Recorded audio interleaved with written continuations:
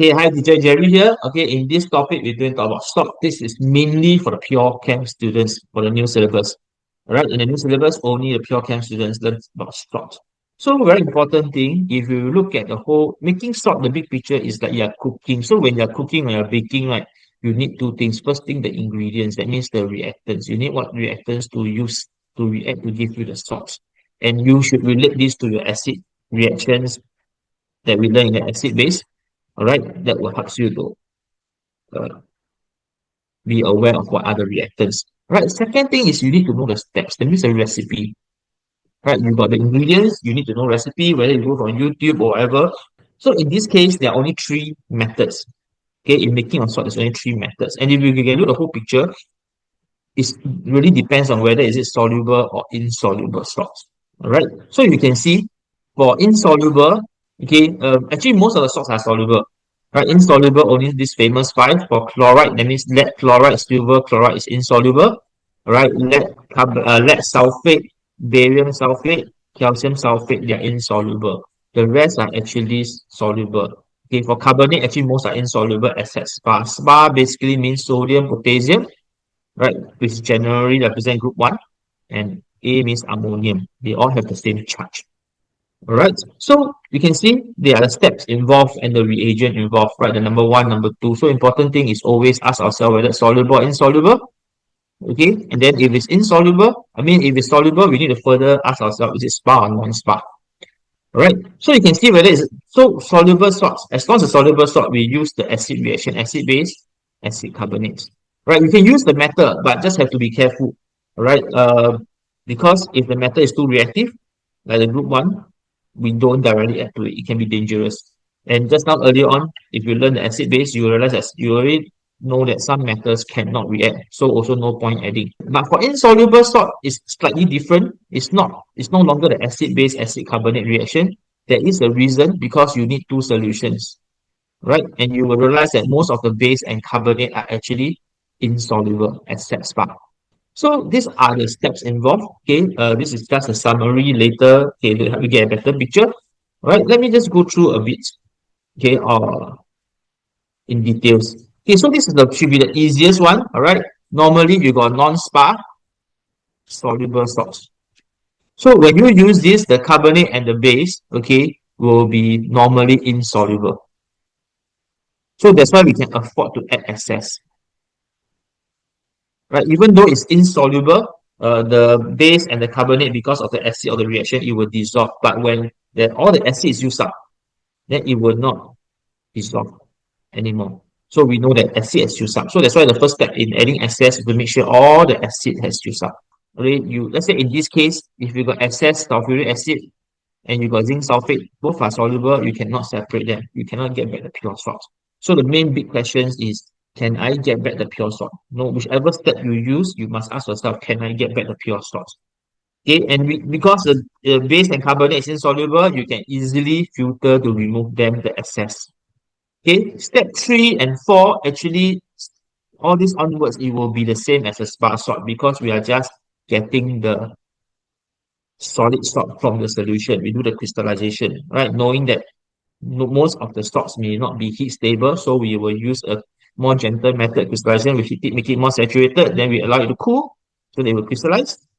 Then normally we'll filter. But just be careful of the washing. We filter because not all solutions will crystallize. All right, so when we wash, we have to be careful. We wash with cold water because this is soluble salt. Right, then we wash a little bit. Then we can dry them between the filter paper. Right, that is the most, common technique method used. Okay, but what happens if we have a spar salt? Then we do titration. Why? Because when you use a spar salt, the carbonate and the base and the acid are soluble already. Right? So you can see that in this case, all are soluble. The acid definitely is soluble. We understood that all acid must dissolve in water to produce hydrogen ions. The alkaline is also soluble, all right, which is because it's group 1 spar. The stock also soluble. So when all these are soluble, you cannot afford to have any excess because we cannot remove them. So we basically will do a titration to make sure there's no excess reactant. If not, we cannot remove them. We cannot get back the pure salt. So titration, okay, we do it 2 times. Right, one time with the indicator, All right.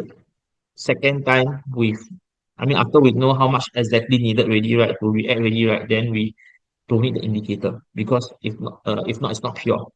Right? You can see that the step 4 and the step 5 actually are similar to the non-spar soluble salt. It's about getting back the solid salt from the solution. So this is why we do titration.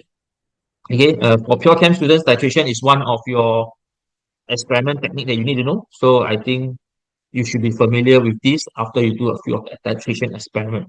Basically, is to make sure that you got the exact reactant because now both your reactants are soluble.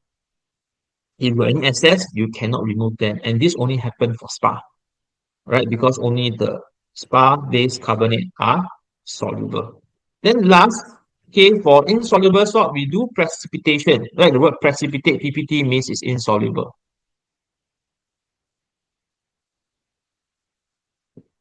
All right, so generally you can see that, if you need to have both solution. Okay, what do I mean? For example, if I want to have lead 2 chloride, for example, right? That means I need to have lead something that is soluble. I need to have something chloride that is soluble. Right? If you forget, you can go for the nitrates because all nitrates are soluble. Just remember SPAN. Right? This N is your nitrate. Right? This is your spa. All these are soluble one. So if you forget, you can go for the nitrate, or and then you can go for spa chloride. And you can see that it's just an exchange of ions. See, the barium and the sodium, they will just exchange. So now become barium sulfate and sodium nitrate. Right, so this is quite easy, the steps. You just add the two solution, you will see PPT, then you just filter, wash, you get back the insoluble salts.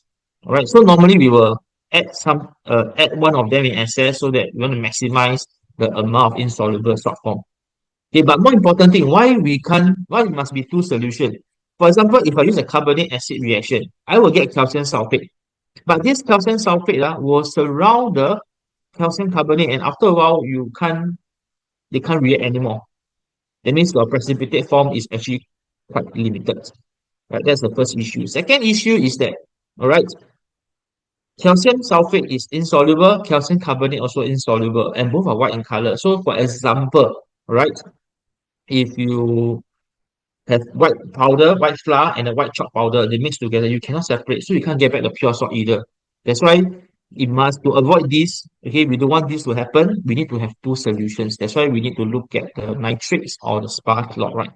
All right. Of course, we can use acid, but this reaction actually don't require acids, and acids are corrosive. So it's strongly encouraged that we don't use the acid.